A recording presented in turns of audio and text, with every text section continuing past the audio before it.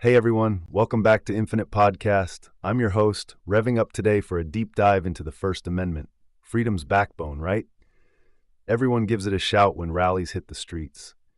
You know, Simon, this gem from history isn't about just speaking our minds. It's also where peaceful protest packs a punch. But there's a line, huh? Sure, free speech is gold, but keeping the peace? That's another story. Oh, absolutely. Peace is key. But let's not kid ourselves. Sometimes those peaceful protests turn into a free-for-all. And the First Amendment? I get it, we love our rights, but come on, every time someone's shouting with a sign, suddenly they're a constitutional scholar? Please, half the time it's just an excuse to skip work and wave some cardboard around. Balance is great in theory, but good luck to anyone trying to find it when you've got 500 people marching down Main Street like it's Black Friday and everything must go. You're hitting some truth there, but the First Amendment, man, it's serious stuff. Born from the Founding Fathers' fear of tyrannical muzzling, it's not just a free pass to holler on street corners. It's been through the legal grinder, like in Tinker v. Des Moines. High school kids wearing armbands protesting Vietnam War, and the Supreme Court's all like, free speech doesn't stop at the school gates. This chunk of law shapes everything from our Twitter rants to town hall throwdowns. Sure, some folks might misuse it, but without this right, our podcast would probably be toast. Tinker v. Des Moines. Yeah, I hear you. Kids in armbands, bit of a school fashion statement with a side of protest, right? But let's flip it. Just because we can say something, does that mean we should? What about yelling fire in a crowded theater? Not so fun. And sure, our podcast owes a lot to free speech. We'd be mime artists without it. Still, everyone's yelling over each other now, thanks to this First Amendment. Sometimes it feels less like freedom of speech and more like a competition for who can shout the loudest. It's enough to make your head spin. Man, Simon, you're stirring the pot, the shouting match society's wrestling with.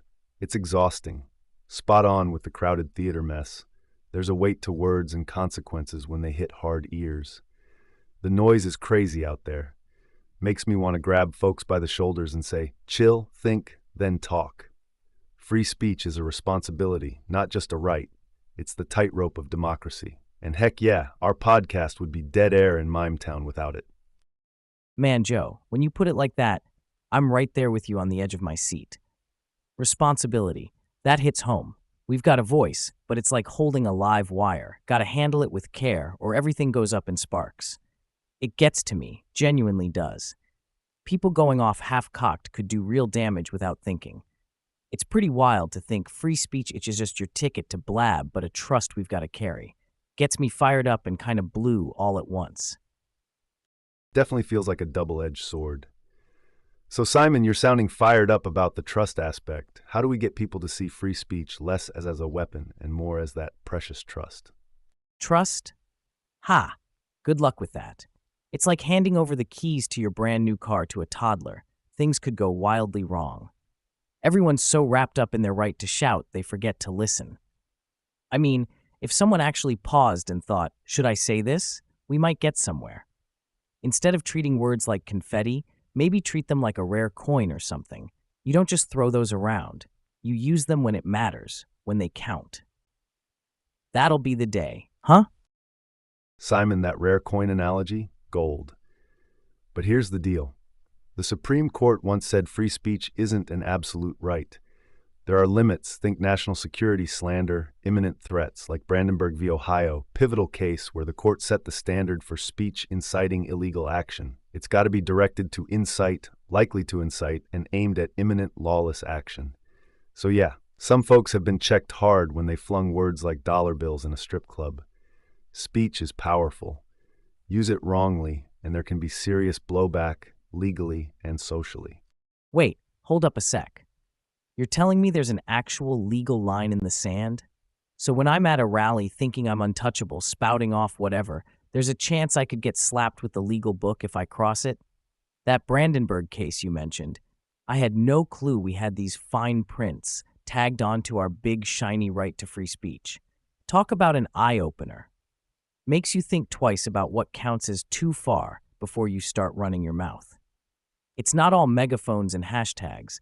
Then you play with fire. You might just get burned, huh? Absolutely. It's a whole other game when legality enters the chat. Reminds me of this one time at my cousin's wedding. Yeah, not exactly a protest, but stick with me. My uncle decides he'll give an impromptu toast. He's had a couple and starts going off script, airing some dirty laundry that was meant to stay buried. The room goes icy. You could hear a pin drop. His words, man, they were like Molotov cocktails in the middle of a paper factory. So here's the thing. Just like my uncle learned that day, there are societal red lines we cross at our peril. The First Amendment might be your shield, but if you're not careful, your words can turn into swords pretty quick. Whoa, your uncle. Total mic drop moment. But you've got to ask, where's the line between speak your mind and shut your trap? See, everyone loves to wave around the First Amendment like it's an all-you-can-eat buffet of opinions. But chuck in legal boundaries? Suddenly, it's not so simple. Take hate speech, nasty stuff, right? Yet it's mostly protected, unless it crosses into that Brandenburg no-go zone. That sometimes gives a megaphone to the worst among us, which can be downright scary. It's all fun and games until someone turns those words into dangerous action. Makes me think free speech isn't just a legal tightrope, but a moral one too. Simon, you've got a point that hits deep. So true, it's frustrating seeing hate speech nestled under the First Amendment's wing. It's like watching someone play with matches next to a gas can, makes my stomach turn. Knowing some person's vitriol is protected, even when you can feel the heat of their words, it gnaws at me. But then there's this. Do we want the government deciding what's too hot to handle? It's dicey. Free speech, in theory, sounds stellar, but living in its shadows, especially when they are dark and chilly, that's something else. Sometimes, man, I wish we had golden rules etched in the sky, making it clear for everyone. For sure, Joe. But what's your take on that government angle? Like, do you think there should be a tighter grip on speech, or is the thought of Uncle Sam playing referee just opening another can of worms? Tighter grip? It's tempting to scream yes when you see wildfire words scorching across social media, but heavy-handed regulation from Big Brother could lead us straight into an Orwellian mess. This isn't just a slippery slope. It's like those infomercials. But wait, there's more. Start policing speech, and you risk silencing voices that need to be heard. Disagreeable doesn't always mean wrong. Revolutionary ideas start out as crazy talk in their day. So do we really want Uncle Sam holding the filter every time we open our mouths? I'd say no. The risks outweigh the benefits. We got to work this out at the ground level, through education, dialogue, and yeah, by biting our tongue when needed. Sure, education and dialogue are perfect in an ideal world. But let's be real. Who actually thinks before they tweet? It's like expecting a cat to not knock stuff off your counter. It's just not happening. And maybe we need some level of filtering. Hear me out. I'm not championing censorship, but shouldn't there be some kind of, internet referee? For every revolutionary idea that makes it big, there are about 10,000 that are pure chaos. So, where do we draw the line without stepping over it? Because right now, it feels like everyone's drawing their own lines all over the place. I get you, Simon. This whole internet Wild West deal frustrates me to no end.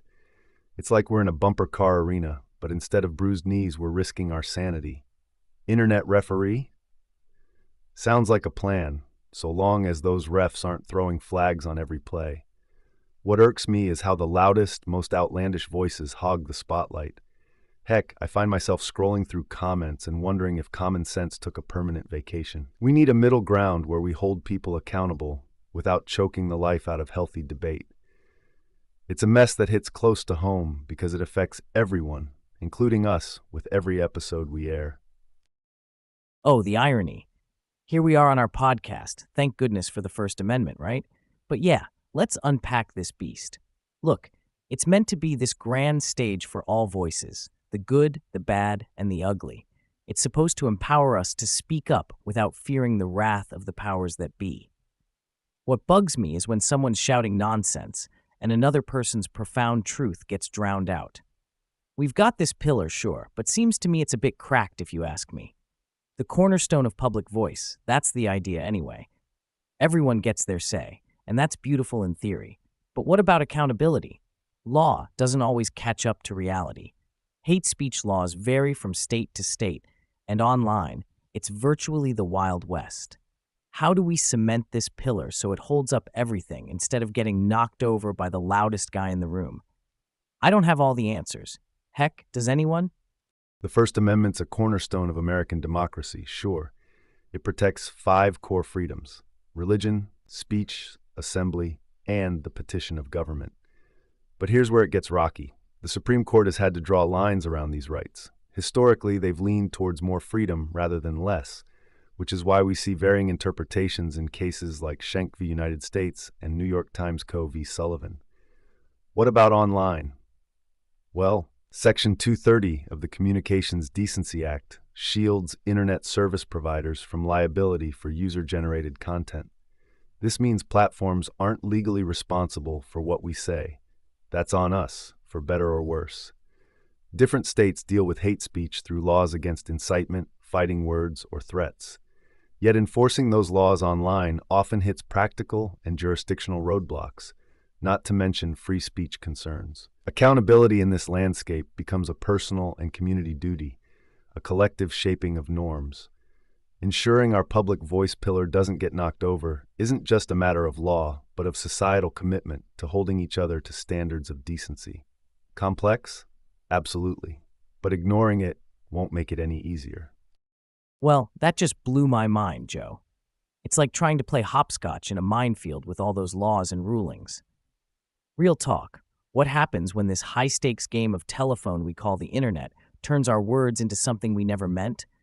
Wouldn't it be wild if one day there was an actual edit button on everything we said out loud, like on Twitter? Imagine that pandemonium. An edit button for real life, huh? Just picture the chaos of people backspacing their words mid-argument. Did I say that? No, let me revise. Hilarious thought, Simon. But shooting over to something serious, the impact of protests. You look at history, man, it's a highlight reel of everyday folks demanding change. Take the civil rights movement. Without those brave souls marching, sitting in, and speaking out, who knows where we'd be? It's not just a U.S. thing either. The Arab Spring reshaped perceptions of freedom on a global scale. Occupy, Me Too, heck, go back to the suffragettes. People taking it to the streets is like society's pressure valve. And when it blows, you better believe everything's going to change. Absolutely, Joe. Protests are like democracy's gritty workouts. No pain, no gain. Think about the suffragettes. They basically ripped open the doors of voting booths for women, which was huge. Civil rights movement? Not just a U.S. milestone, but a global shakeup on rights and equality. Without folks willing to march, chant, and get arrested, a lot of us wouldn't have the rights we do now. But here's what gets me. Sometimes it feels like society's got amnesia. People forget these massive gains came from struggle, not just polite requests. Change is never handed over. It's fought for, tooth and nail. You nailed it. Society does get historical amnesia. But here's the kicker, Simon. Not every protest led to a Cinderella story. The struggle, yeah, it's romanticized, but let's not sugarcoat it. There's sweat, blood, and lives lost. And those in power don't always listen just because people hit the streets. Consider this. After all those marches, are we really at the promised land of democracy? Look around. It's more like we're running on a treadmill rather than paving new roads. The civil rights movement was a seismic shift, no doubt about it. But fast forward, and we're still grappling with systemic racism. Suffragettes won the vote, yet there's still a massive gender gap in political representation. What does that signal to us? Protests show us moments when the unheard demand to be heard, sure, but they're also lessons in how much further there is to go. Change doesn't come with a single victory march. It's an ongoing marathon that doesn't end at the first ribbon. So we're marathoners in a relay race without a finish line, carrying batons with change scribbled on them. Wonder who's coming up for the next leg. We're in for the long haul then, huh? But let's probe that metaphor. Who do you think is queued up to take this change baton and sprint with it? What movements today show promise for picking up where past generations left off? Do any current movements flicker on your radar? as the next big candidates that'll crack open another chapter in our history books. Current movements as history makers? Maybe, but we should curb our enthusiasm. We've seen Occupy dissolve without clear wins, and while Me Too caused a stir, high-profile cases aside, the systemic shift is lagging. Now climate change protests spark real talk, with kids like Greta Thunberg rallying troops, but let's be real, lasting policy change hasn't caught up yet. Protests can launch conversations, raise awareness, but what about tangible results? Here's the harsh truth. It's not always the loudest voices that rewrite history. Lasting change often sprouts from sustained grassroots efforts, less glamorous work after the streets clear. Movements must navigate the snail-paced trek through instituting policies and laws to carve out actual change. It's more complex than victory parades. It's strategic, legal battles and cultural shifts over extended periods. Oh, I totally get it. The sizzle of a protest doesn't always cook up change on the spot. It's like lighting the grill. Whether you actually get to feast depends on a slow roast. Climate protests? For every Greta Thunberg shaking things up at the UN, there are countless unsung heroes planting trees or lobbying for green policies. Even with Me Too, sure, some big names felt the heat, but the quieter wins matter too. Workplace policy changes and essential conversations at dinner tables. Real progress is in the day-to-day grind that keeps the momentum from those headline-snatching protests going.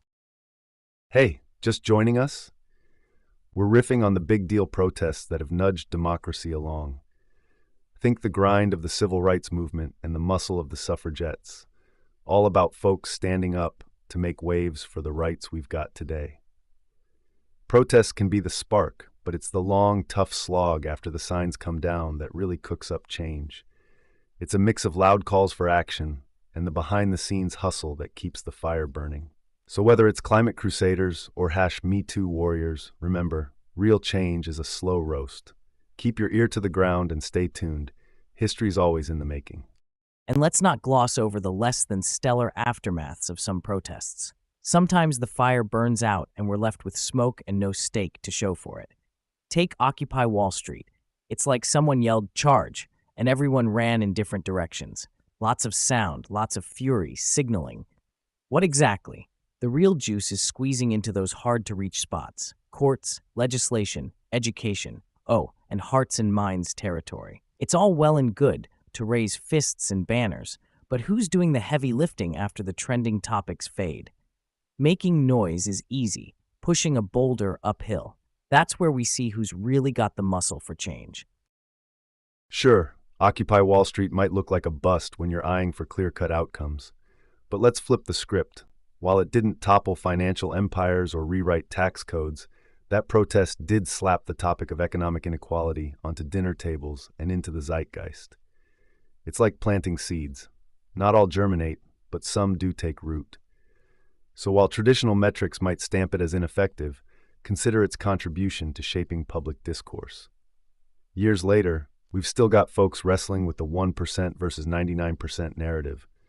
Plus, it helped tee up fertile ground for future campaigners. Sometimes it's about yanking issues into the spotlight and stoking up a conversation, even if it doesn't pen the final chapter. Remember, Simon, it's the match, not the bonfire, that lights the flame. I hear you, Joe, but let's be real. Yanking issues into the spotlight? Sure, start a chat, but talk is cheap if no one's picking up the check. Occupy Wall Street may have sprung a catchphrase, but did it reroute any cash flows? Doubtful. The deal is, effectiveness isn't just gauging chatter, it's about whether the ink hits the legislation, and by that measure, Occupy's scorecard looks pretty blank. It's great to light matches, don't get me wrong, but without a bonfire, we're all just standing around in the dark. For a protest to go down in history as a win, it's gotta leave some serious pound-for-pound impact, not just smoldering talk. You're not wrong. Effective movements do need to leave more than just ashes of discourse. They've got to spark real change. Occupy may not have hit that high note, but let's swing back to how historical protests like the civil rights movement carved deep tracks in history. It's about setting fires that keep burning through policy and culture shifts. So what do you think? Got any examples of a protest movement that really left its mark? something that set off an inferno, not just fizzled out with smoke. Speaking of protests that left their mark, let's not overlook those witty souls who bring humor to the front lines. I mean, some of the signs you see? Pure gold. There's brilliance in making a heavy point with a laugh. It's like putting sugar in medicine. It helps the message go down smoother. And when people chuckle, they listen. It's protest alchemy, turning anger into satire. So true, Simon. Satire cuts through noise like a hot knife in butter. Recall any standout signs or moments where humor really drove the message home at a protest? Oh man, I'll never forget this one time at a climate march. Between all the serious chants, there's this dude, right? He's decked out like a half-melted snowman. Carrot nose, coal buttons, the works. His sign says, "This snowman wouldn't melt if you'd stop driving your hot cars." Everyone around just lost it laughing, but it stuck with me, you know? Even got a photo with him and shared it all over social media. That melted snowman probably did more for awareness in that moment than a dozen grim-faced speeches. It's like slipping veggies into a kid's meal, making the hard pill of truth easier to swallow with a good laugh. Ah, the old melted snowman trick. A spoonful of humor makes the activism go down. It's a clever way to hook people in. You reel them in with a laugh, then hit them with the hard truth while they're still smiling. That guy may have been dripping in satire, but he sparked more thoughts on climate change action than he probably realized. Anyone can shout facts, but it takes wit to turn those facts into a spectacle that sticks. And when you manage to make that splash across social media, well then you've struck viral gold. Humor has this knack for disarming skeptics and spreading like wildfire. Now, who's up for brainstorming our own comedic protest signs, eh? Absolutely, brainstorming crucial taglines for the next rally is a must. Remember, humor's impact lies in its stealthiness. It sneaks past defenses to jab at the conscience without setting off alarm bells. That snowman's burning up in his winter wear gets folks talking climate change without the doom and gloom forecast. And let's not forget, satire has clout. Historical titans like Voltaire or modern legends like Jon Stewart shaped how we view politics through chuckles and side-eye glances. They're proof that when you wrap your point in a good joke, people don't just hear it, they repeat it. Humor wraps sticky messages in a package so fun people don't notice it's making them think. Right. So let's poke at this a bit, shall we? Humor's powerful in protest, no doubt, but isn't there a risk of trivializing crucial issues? You've got caricatures and witty signs making folks laugh, sure, but does the message endure or just become another meme that fades away? Remember, activists are juggling knives here. Too much jest might undercut the gravity of their cause. While Voltaire and Stewart did master the art, not everyone's wielding humor with precision. Take a jab too far, it loses punch. Tread lightly, and it's forgettable. Finding that sweet spot where wit sharpens the point rather than blunts it, that's the real challenge. Totally. There's a thin line between a memorable chuckle and a cheap gag. Like, imagine this sign, "Love your mother, Earth, not just the one with your laundry." It's cheeky, right?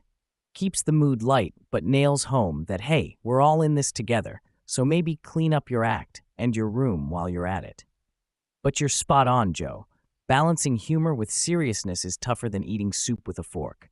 Aim to tickle the funny bone without giving the whole game away.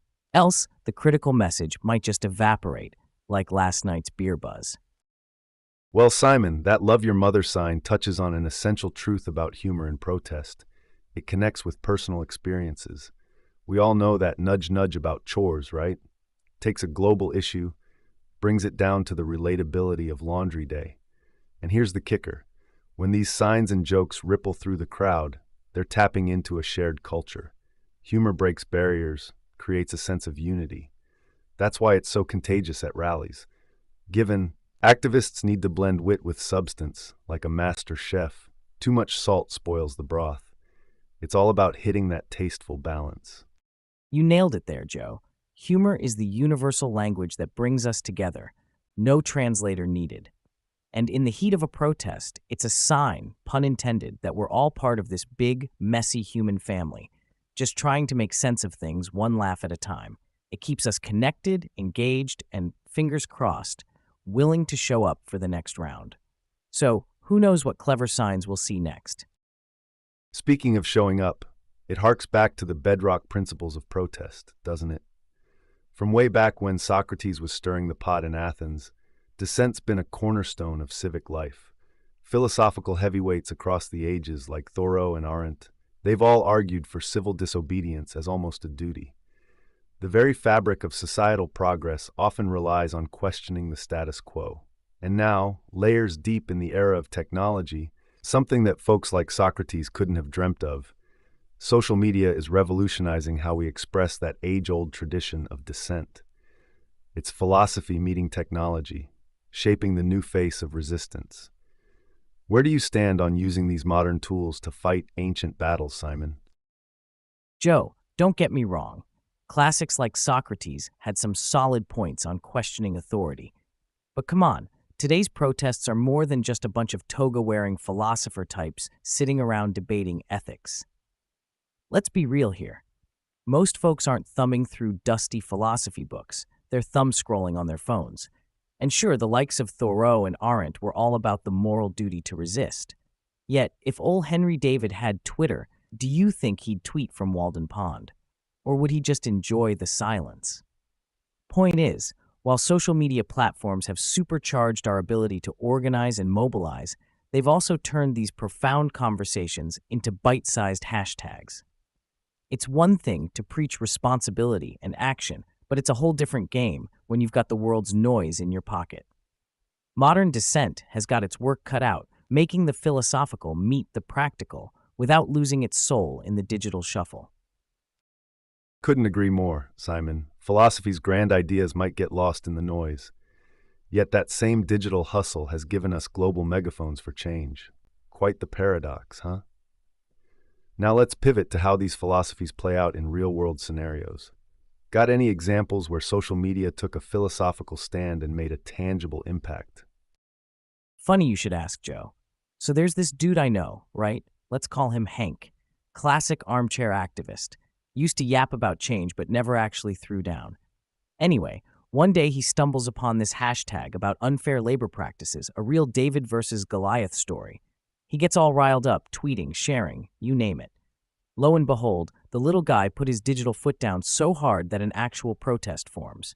What started as keyboard activism snowballed into a full-blown march downtown. Now Hank, he doesn't just watch from behind his screen anymore. He now believes in Socrates' idea of stirring the pot, but with 21st century tools.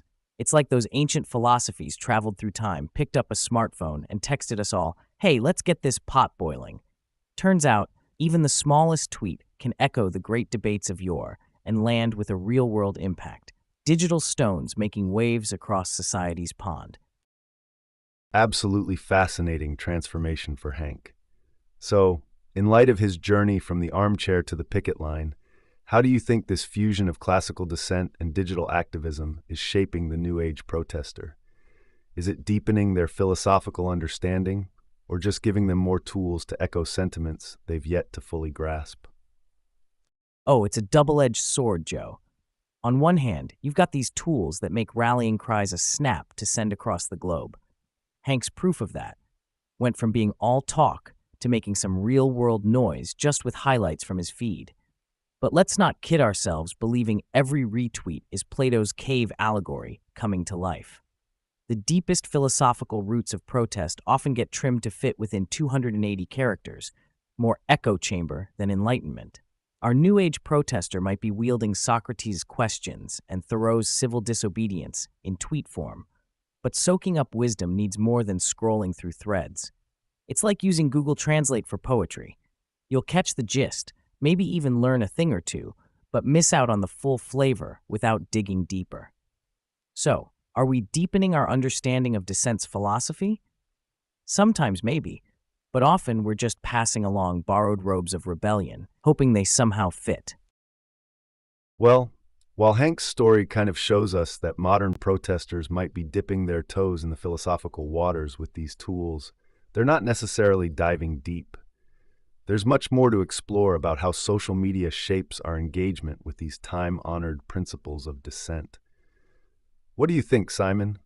Is society's pond getting any deeper with all this digital disruption, or are we just splashing around in the shallow end? Absolutely, Joe. Just like our discussions barely scratch the surface of these hefty philosophical dilemmas, social media activism might offer us a platform that's miles wide but only inches deep. It's similar to music, isn't it? Think about protest songs, those powerful anthems that aren't just catchy tunes, but vehicles for deep-rooted messages and societal shakeups.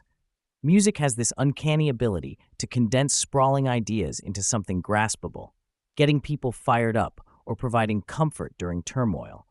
These rebellion harmonies turn up in every protest, echoing slogans and sentiments across time, rallying crowds not just with chants, but with choruses and verses that stick in your brain long after the amps go silent. Since we're on the subject of stirring action through artistry, what are some iconic protest anthems that come to mind for you? How have they managed to cut through the noise and hit societal chords throughout history? Whoa, Simon. Protest songs are something else, right? You know what's wild? These tunes cross time, culture, everything. Take We Shall Overcome from the Civil Rights Movement, or Give Peace a Chance during Vietnam War protests. These songs are like badges of honor, sewn into the very fabric of movements. I mean, it's one thing to shout your grievances, it's another to sing them in unison. Now that punches through clutter, harmonies wrapping around powerful words. And when those lyrics click, they're anthems for generations of protest, teaching, comforting, and rallying all at once. It's brilliance in musical form, truly. Hey, newcomers, you've just crashed a jam session where we're tuning into the greatest hits of dissent. Joe and I are riffing about classic tracks that did more than top charts. They became the soundtracks to social movements. We've rocked out to We Shall Overcome, swayed to Give Peace a Chance, and tons more. Each tune's a timeless note in the symphony of change, bringing folks together with way more power than just words alone. They encapsulate struggles, victories, and heartfelt stories, resonating as much on the streets as in the soul. So turn up your inner radio, because we're diving deep into music's role in making history, one beat at a time. You've got that right, Simon. These tunes are like rallying cries, but here's where I'll throw a curveball.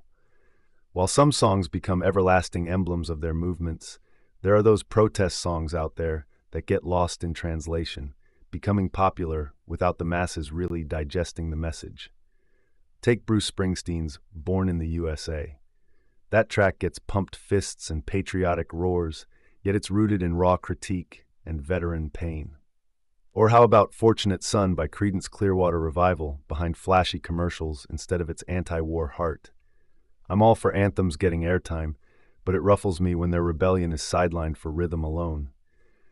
Music's potential to drive change hinges on listeners not just hearing the tune, but feeling the truth in the lyrics. What do you reckon, Simon? How do we ensure these harmonies of rebellion hit the mark, rather than just echo into easy listening?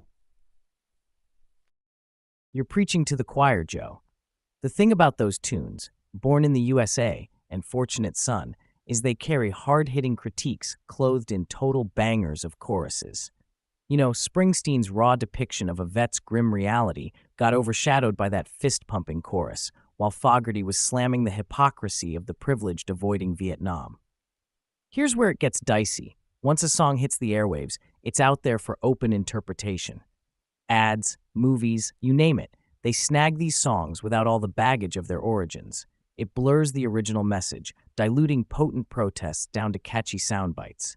It's on us, the listeners, the media, everyone. We need to keep peeling back those layers, showcasing stories behind the songs. Context, man. That's the lifeline between a hit tune and a protest anthem. Educate while we entertain. That'll help ensure the true notes of rebellion aren't drowned out, but amplified with every replay. Right on, Simon. Stripping those hits of their context is like picking up a history book and skipping all the battles. You lose the real story. Now imagine anthems getting VR music videos, where you're dropped into their historic moments as you listen. You're not just hearing the lyrics, you're living them. How's that for keeping the rebellion real? Oh, virtual reality music videos for protest anthems? That's a game changer, Joe. Picture this. Imagine strapping on a headset and suddenly you're marching across the Edmund Pettus Bridge in 65 with We Shall Overcome swelling around you, or you're at Woodstock 69 as Jimi Hendrix's guitar cries out the Star-Spangled Banner. It's about immersion, taking the power of those tracks beyond just sound, making history visceral. You'd feel the energy, see the faces, the passion. It transcends time, turning listeners into witnesses. Now that's how you keep the heartbeat of these songs thumping. You make it impossible to ignore not only their melody, but their meaning. Virtual reality could be that bridge connecting past protests to our digital age, ensuring those harmonies of rebellion are fully felt, echoing the true spirits of their times. It helps in safeguarding their messages from being watered down. This fusion of tech and tunes could seriously preserve and amplify their fiery souls for future generations. Absolutely, that's technology catching up with tradition, kind of like a digital time machine for activism. Now, shifting gears, Simon, what if current movements weren't just about observing past protests, but actually created their own VR anthems? A protest as it forms, witnessed in 360 for the future. Talk about making history. Creating VR protest anthems in real time, huh? It's like we're living through a sci-fi flick where everyone gets front row seats to history. But here's the kicker. Turning everything into a spectacle risks romanticizing the struggle. Like, are we fighting the power or just filming it? We should craft new anthems with their own fire for sure. They have to shake us, wake us up.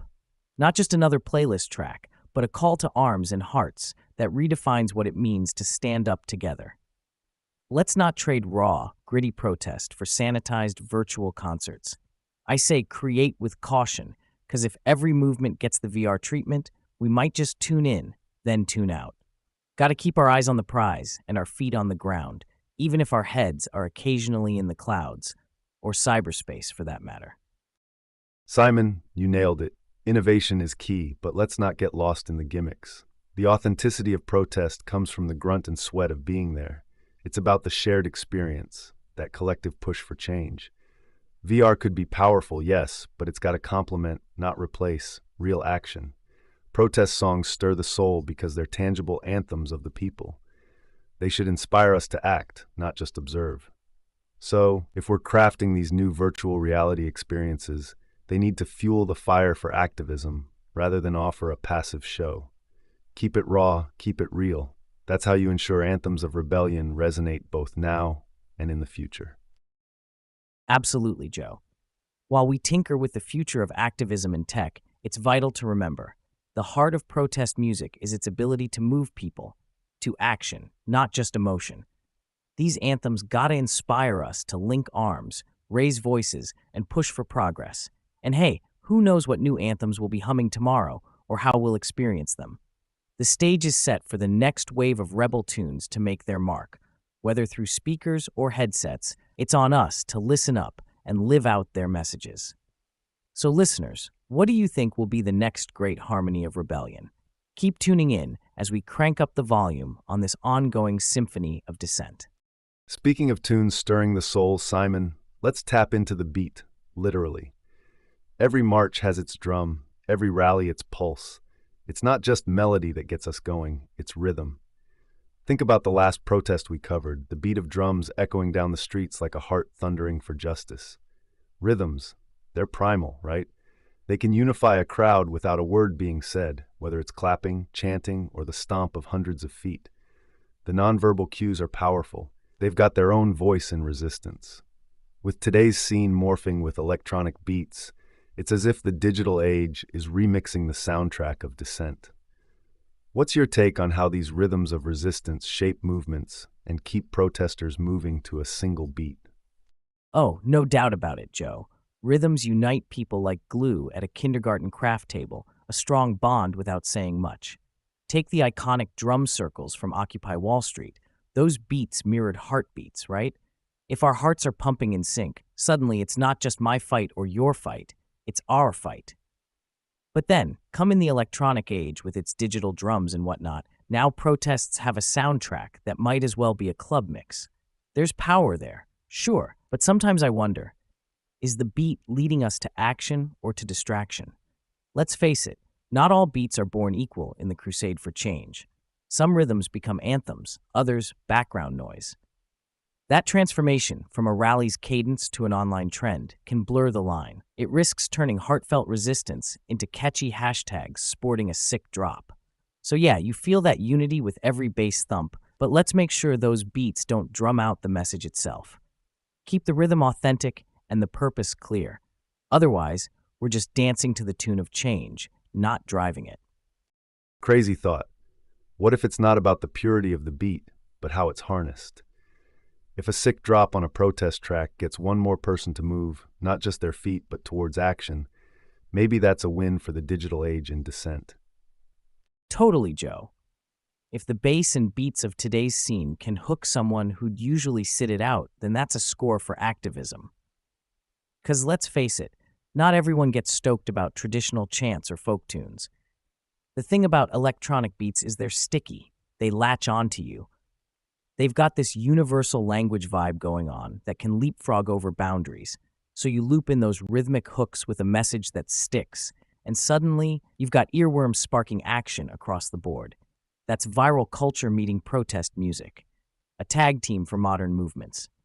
Maybe purity isn't the goal here, effectiveness is. So we keep the beats banging, sure, but pair them with substance, and boom, you got yourself not only a rhythm of resistance, but also an anthem clawing its way up the social charts, ready to rally troops both online and off. I'm with you on effectiveness, Simon. Here's the thing. If these beats snag attention and draw in crowds, that's half the battle. This isn't just about tapping toes, it's a recruitment tool. Keep the resistance rhythms relatable, catchy even, and they become hooks for larger conversations. Those electronic pulses, they're like beacons, casting wider nets than traditional protest methods ever could. It's strategic. Find a common groove to gather the masses, then hit them with the hard truths once you've got their ears. The key is balance. Blend the beat to draw them in, hammer home the message to fire them up. Keep substance at the core, rhythm as the lure. That's how modern movements can ride the viral wave without wiping out. You know, this reminds me of my niece's high school protest. The kids were rallying against budget cuts in the arts program. Picture this, a bunch of teens, all nerves and no plan. They start with some timid chants, right? Not much heat there. Then out of nowhere, this kid, must have been like 15, pulls out an electronic drum pad, starts tapping out this infectious beat, nothing fancy, but you could feel it click. Suddenly, everyone's feet are stomping. People from the street start wandering over, curious. Next thing you know, their phones are out, filming. Hashtags popping up like wildfire. And these kids, their message about saving the arts starts rippling through the crowd because they found that common groove you're talking about. By the end of the day, they didn't just have the attention of the school board, but half the town was humming along. They kept it simple, catchy, and before you knew it, they weren't just a protest. They were a movement. It was that beat. It snagged them and hooked them good. So the beat literally drummed up support. Goes to show, doesn't it? Even the simplest beat can turn a whisper into a roar if it strikes the right chord. Now that's rhythm with a cause.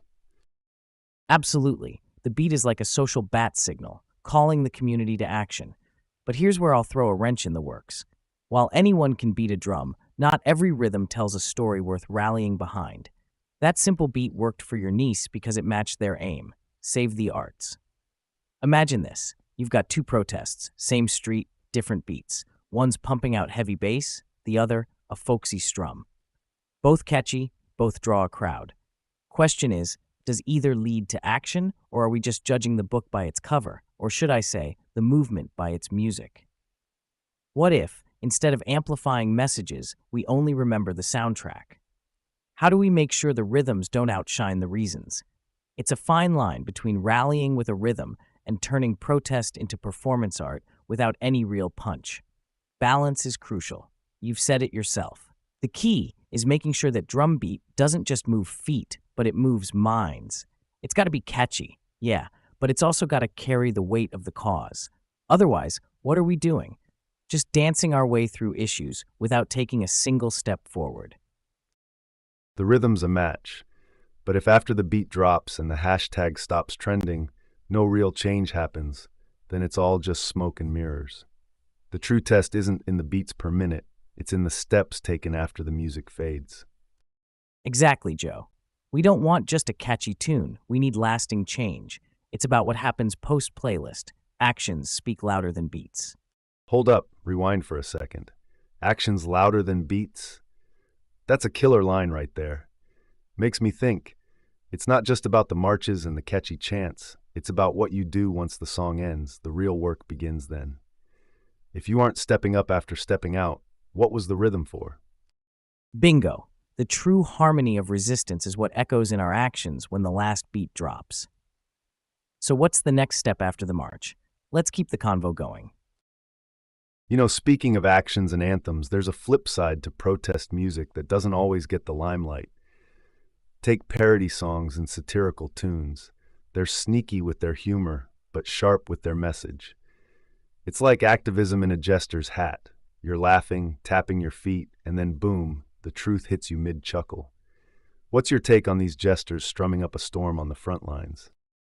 Oh, parody songs are the Trojan horses of protest music. They roll into your head all fun and games, then unload a cargo of hard truths while you're still laughing. The brilliance is in the bait and switch. Humor disarms people, then the message sinks its teeth in. Take This Land Is Your Land with reworked lyrics. It shifts gears from American classic to a commentary on private property or environmental issues. You start off humming along because it's familiar, and suddenly you realize you've been lured into a debate tent. And let's face it, Joe, activism is high-stress business. A chuckle here and there, priceless. It eases the tension, keeps spirits high, and the press loves a good laugh. So it's free publicity with every giggle. Plus, when was the last time a serious chant got stuck in your head? Parodies spread like wildfire because we just love sharing a joke. Absolutely. Parodies are catchy, but let's not forget they can dilute the message too. You laugh, you share, but do you act on it? There's a risk these tunes can paint issues with an overly broad brush. We need to make sure the punchline doesn't overshadow the punch. Do these musical jesters help us really grapple with the issues, or do they just give us a laugh and a shrug? You're hitting the nail on the head, man. It's like when you've got a friend who makes light of everything, even the serious stuff. It can start feeling like nothing really matters. We get our laughs in, but afterwards, are we just shrugging off the big issues? The last thing we want is for these tunes to make us feel comfy in the face of injustice, like it's all a big joke. There's that emotional tug-of-war, right? On one hand, music as comedy gives us this collective release. It soothes the soul in the trenches. But then there's this niggling voice asking if we're letting laughter dilute our drive for change. It's a tough cookie to crumble, Joe. You laugh, but deep down you wonder, are we undermining our own fight here? Right on, Simon. Parody songs walk a tightrope. Balance is key. We need that comic relief to keep us sane, but can't let it turn struggle into a sitcom. If the takeaway from a movement's playlist is just a snicker, we've missed a beat. The magic happens when laughter stirs you up inside, makes you think, and then propels you into action without toning down the seriousness of the cause. That's hitting the sweet spot between humor and protest. Sure, laughter has its place in the protest mix, but hitting that sweet spot is like threading a needle in an earthquake, Joe. Sometimes the humor can upstage the heart of the struggle. It's like slapping a Band-Aid on a bullet wound. Sure, it covers the problem for a hot sec, but it doesn't stop the bleeding. And think about it. When was the last time you left a stand-up show with a protest sign? Yeah, you're stirred up, but are you moved to march or motivated to meme? We've got to be real here. Laughter might get us through the door, but if we let it, it'll also escort us right out the back, with nothing but a, well, at least we had fun badge to show for it. Ha! Exactly, Simon. The revolution might not be televised, but I'll be darned if it doesn't come with a killer blooper reel. You gotta stay sharp. Don't want to just slide through issues on a banana peel of humor thinking, welp, we chuckled. Guess the job's done. We're here for more than just remixing tunes and leaving trails of LOL emojis. Let's make sure those laughs turn into laws. Oh, for sure. But hey, if those laughs could turn into laws, I'd nominate my Uncle Jerry's Thanksgiving rants for Congress. Dude's gone platinum in the art of grumbling. Imagine what he'd do for filibusters with a banjo behind him. Uncle Jerry for office, huh? That's a sitcom waiting to happen. But seriously, while humor has a place in the fight, we should always ask if it's building momentum or just giving us permission to chuckle and chill. Levity in activism is like hot sauce. A little bit gives you that kick, too much, and you've drowned the meal. We love the satire and parody, but let's not forget the main course. Solid, actionable change. It's about stirring the pot, not just seasoning it. Absolutely, Joe. And if you think about it, satire done right is like a precision strike. It's sharp, targeted, and doesn't pull punches. But we've got to watch that line. The jokes should be a springboard, not a hammock. After all, the goal is to wake folks up, not rock them to sleep. It's when the parody makes you spit out your coffee and say, wait, that's so true. That's when you know the jesters are onto something. As long as those laughs lead to a light bulb moment, not just a memeable minute, we're golden. Well put, Simon. Laughter on the front lines. It's serious business disguised as a punchline. It's all about striking that balance between a good laugh and a good lesson. If we can keep our funny bones in sync with our fighting spirit, then those parody songs won't just be soundtracks to our smiles. They'll become anthems for our action. Makes you wonder, what other funny tunes out there are actually loaded with some heavy artillery? Right, those funny tunes pack more than just a punchline. They can be full-fledged calls to arms. But then there's the other side of the coin. Sometimes it's not about what you play, but when you consciously choose not to. Let's talk about musicians ditching the stage as their form of silent protest. Influential bands and solo acts dropping the mic by refusing to perform. It's a powerful statement of hear my silence. Like they're saying, I won't entertain when injustices play out. What's your take on this kind of mute rebellion? Silence can scream just as loud as any song, and when artists put down their instruments, they're amplifying issues by turning off the sound. It's counterintuitive. We think of protest in terms of noise and presence, but sometimes absence hits harder. It's that glaring empty stage raising a question, why? This silence forces a moment of introspection, and in that pause, the message resonates.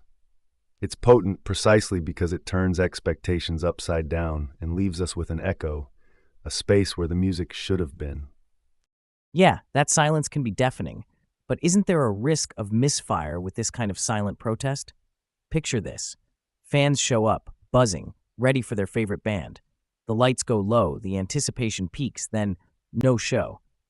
Fans are left puzzled, irritated. Sometimes they don't even get why it's happening. Does the message stick, or does it get lost in the frustration? An empty stage screams different tunes to different people. Some hear protest, others hear betrayal. What's more, let's not forget the crew, the venue workers, the other folks who feel the financial pinch when the music stops. Silence speaks volumes, sure, but it's a risky play. Gotta make sure it doesn't just echo in an empty hall. Absolutely. There's a ripple effect when silence is the chosen protest. The intent might be to take a stand, but for every fan that gets the point, there's another scratching their head. Or worse, feeling let down by their idols. The crew and local staff taking the hit, that adds a layer of complexity, doesn't it? It's not just about making a statement, it's about who bears the cost when the curtain falls without a show. Effective silent protests need clarity, a strong why that's communicated loud and clear. Otherwise, it's like pulling the plug without telling anyone where the fuse box is.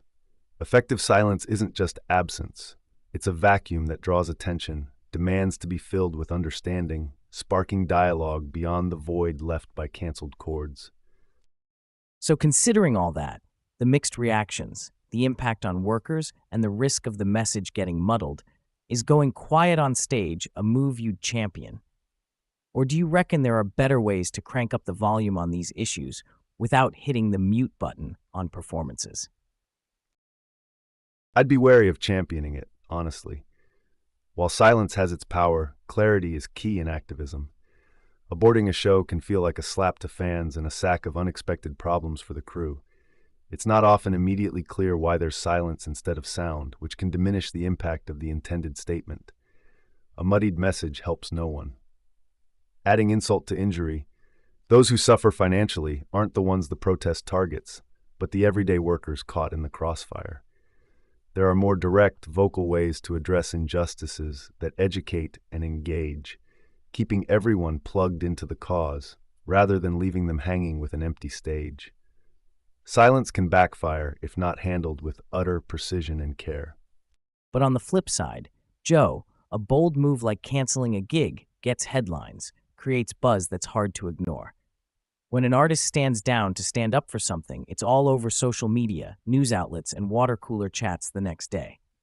That kind of disruption has a history of impact. Look at how huge names refusing to play in apartheid-era South Africa helped push global awareness. Sure, not every silent stand hits the mark, but when they do, they resonate through society's consciousness, igniting conversations that might never have sparked with just another loud performance. Silence, used right, isn't just absence, it's a protest with its own piercing frequency. You've got a point, Simon. The echo of a canceled show does reverberate in ways that are tough to ignore. It's about making sure the silence is loud, clear, and properly tuned to stir the public discourse. And if it hits right, well, it's a catalyst for conversation and change. Like a stone thrown into a still pond, the ripples go on and on. It begs the question, what other silences out there are waiting to be heard? Right, Joe, understanding the message behind the silence is key. Hey, speaking of stirring public discourse and catchy ways to deliver a punchy point, those protest slogans, man, they're the unsung heroes of every rally. Take no taxation without representation, or we shall overcome. These aren't just catchphrases, they're battle cries that echo through time. It's fascinating how these rallying calls are born, morph into movements, and ingrain themselves in history. Ever think about how someone sat down and crafted these iconic choruses? These slogans distill complex emotions and demands into a few potent words, making them unforgettable. What's your favorite chant that's become timeless? I've got to say, power to the people has always struck a chord with me. It's short, it's punchy, and it encapsulates a whole philosophy in just 4 words.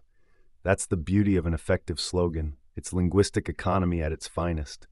You're not just lifting a sign, you're upholding a whole narrative compressed into a bite-sized rallying cry. It captures the essence of grassroots activism, where every single individual feels like they're part of something greater. These slogans become immortal because they're designed to be easily remembered, repeated, and passed on, like torches igniting one after another.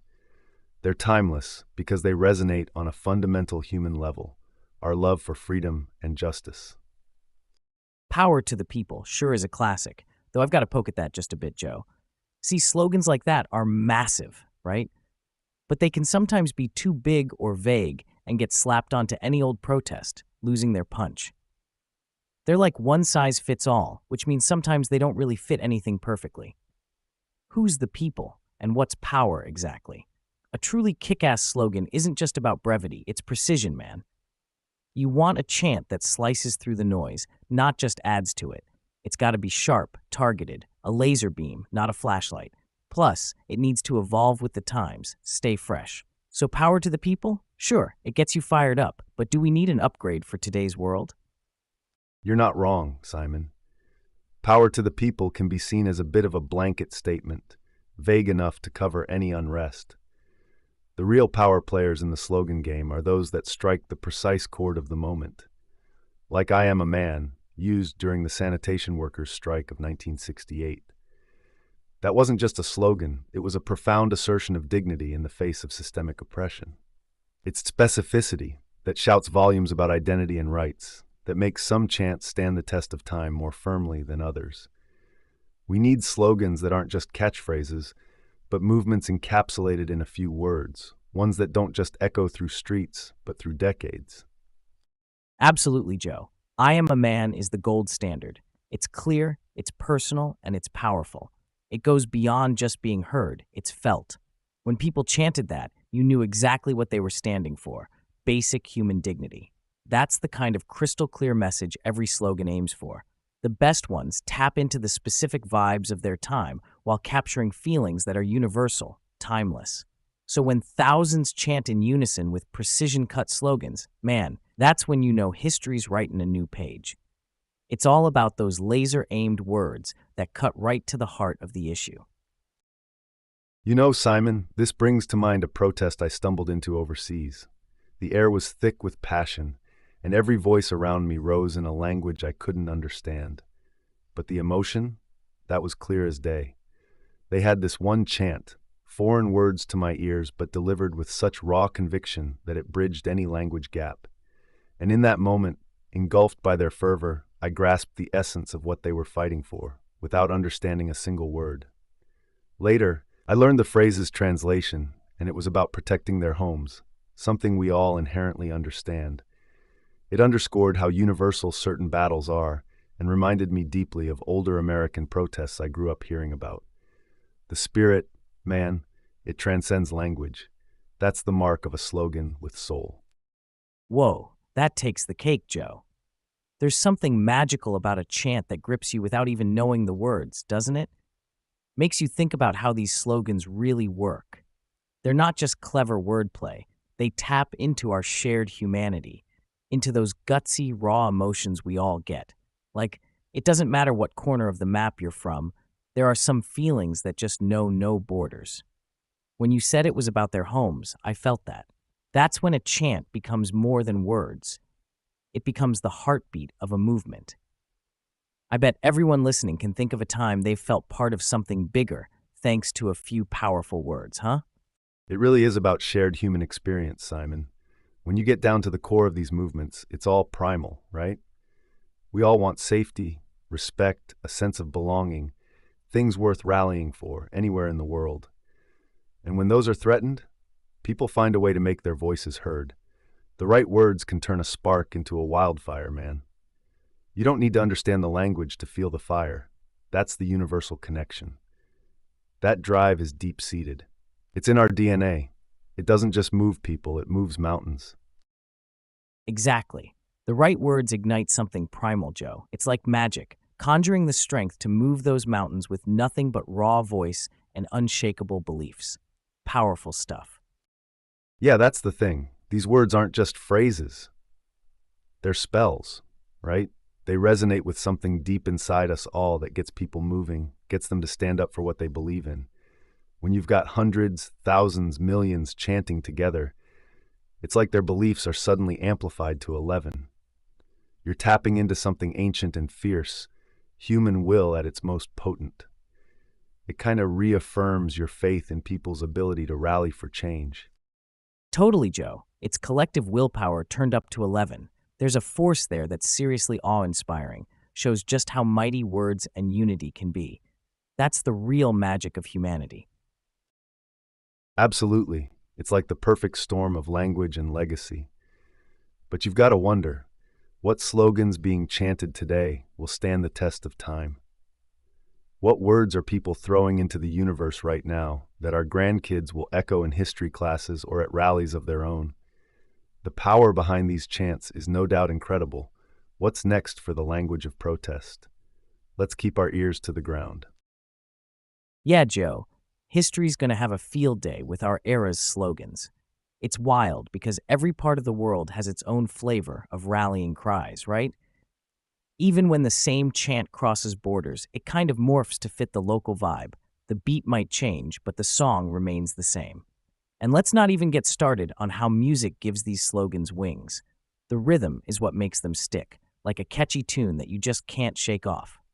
You really see cultures transforming through these sounds of solidarity echoing across the globe. But I wonder, do all these global chants share a sort of universal backbone, or is each one singing a totally different tune? That's a solid point, Simon. The cultural packaging might differ, but do you think there's a core beat that every protest slogan dances to? Are we all just remixing the same fundamental song of resistance and hope on a global scale? You're onto something, but maybe it's more than a remix, Joe. Each culture's got its own history, its struggles. They're not just variations on a theme, they've got their own genre. Sure, there might be a universal beat of resistance and hope, but every place adds its own instruments, right? The melody that moves one nation could fall flat in another. That's the beauty of it. It's like cooking. We've all got our own ingredients. So while I'm all about finding common ground, let's not forget the special flavors each culture brings to the table. It's those unique notes in the song that really make you feel the music. Absolutely, each culture throws in its own spices. Think about how "We Shall Overcome" reverberates differently across continents. The words may stay the same, but the melody shifts. Now consider local chants that might not translate smoothly into another language. You lose that flavor, and sometimes you're left with just a bland echo of the original battle cry. That's the rub. Translation can strip a slogan of its power. But let me play devil's advocate here. Distinct as they are, do these diverse slogans still follow some universal rhythm of human emotions?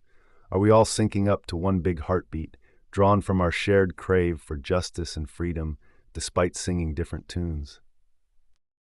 Joe, you've got a point there with emotions being universal, but here's where I'll stir the pot a bit. That big heartbeat? Maybe it's too tidy to say we're all in sync like that. See, each slogan's like a fingerprint, unique to its own struggle. "We Shall Overcome" carried the weight of the civil rights movement. Now plop that down somewhere else, and suddenly it's a misfit wearing another culture's clothes. Regional flavors, they matter. They're the ones pushing across what matters to them uniquely. Sure, there's overlap. It's a Venn diagram of feels. But insisting on a universal beat, it's oversimplifying the rich tapestry of human revolt. So really, imagining we're all just rehashing one tune, nah, I'm not buying it. It's an entire playlist, man. A global soundtrack of defiance. Haha, Simon, I love the cooking metaphor you tossed in there. It's spot on. And true, each movement does have its own defining chant that resonates strongly within its context. So yeah, maybe looking for a single universal beat is chasing a mirage. Every culture's got its own soundtrack, like you say, each struggle its anthem. Yet we can't deny there's something gripping about solidarity's diverse soundscape. It all boils down to recognizing and appreciating those unique tunes, while acknowledging that, at their core, they all spring from a place of deep human need. A symphony of solidarity, not just one monotonous note. Totally digging this symphony analogy, Joe. But let's not forget, amid all this talk of soundtracks and anthems, the challenge translators face keeping the essence of slogans intact. Picture this. A powerful chant in one language can turn to gibberish with a sloppy translation, losing its rhythm, rhyme, and reason. That's where craft comes into play. It's careful work ensuring the translated slogan strikes a chord just as hard in another language. And it's crucial because every time folks connect to that phrase abroad, it's adding a voice to the chorus.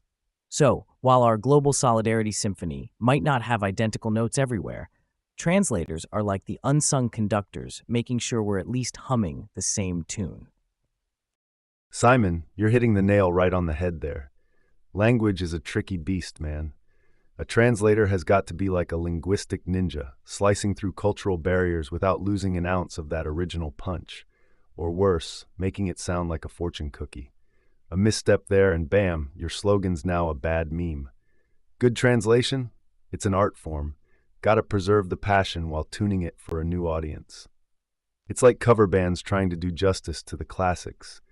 They've got to nail the soul of the song without sounding like a cheap knockoff. Joe, you ever see a translator trying to turn Allez le Bleu into Go the Blues, and it comes out sounding like they're cheering for sad people or bad jazz? It's like watching your uncle try to breakdance at a wedding.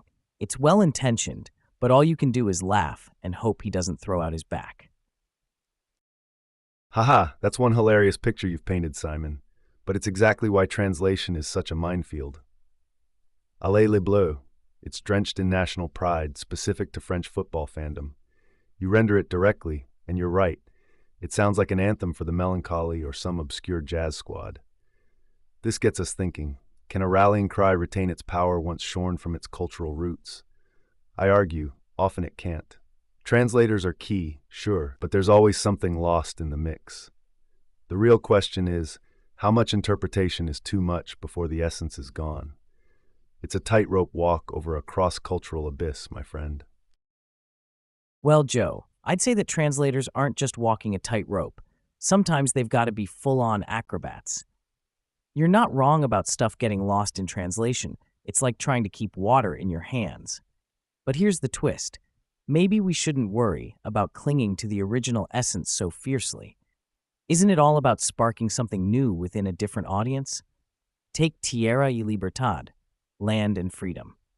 A translator with too heavy a brush could strip away its revolutionary spirit, sure, but a good one keeps the fire while letting it find new fuel in another language.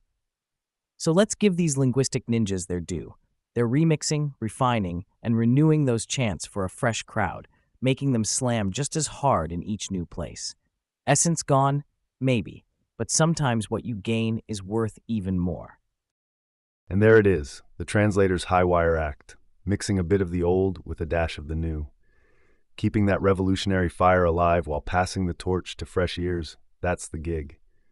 They're forging links in a chain of global solidarity. Now how about this? In what other ways do these sounds of solidarity echo through time and cultures? How might they keep evolving as our world gets more connected? Let's let that simmer. Well, Joe, speaking of connections and evolution, it's fascinating to see how modern protests are kind of like stand-up shows sometimes. With everything so heavy all the time, humor becomes this shield, or better yet, a sneaky sword in our collective fight. I mean, who hasn't cracked up at protest signs like "We shall overcome" during a certain political rally? There's something about laughter that really fortifies the barricades with a different kind of power. Humor cuts through tension, creating a shared moment that can turn a movement into a memory. And then you gotta wonder, how does slinging jokes stack up against throwing punches in terms of impact? Funny you should bring that up, Simon. A good laugh can have more punch than a fist in the air, mate. We shall overcome? Pure gold. It sticks because it pokes fun while making its point clear. People remember how you made them laugh in the midst of all the seriousness. But let's flip it. Does humor sometimes risk downplaying the grit of a protest? Maybe still, I reckon it's not just humor versus seriousness. It's about blending both. The real kicker is when humor amplifies your fight, not trivializes it. All right, before we sign off, let's get interactive. What wacky slogans have our listeners seen, or can they come up with? Tweet us your best ones. We're on the lookout for some chuckles and wit. Catch you guys tomorrow at 5 p.m. Eastern for more brainstorming and banter. Don't miss it. This response breaks the fourth wall by acknowledging the end of the podcast and provides a closing statement which goes against the established rules. Hence, the response has been intentionally minimized.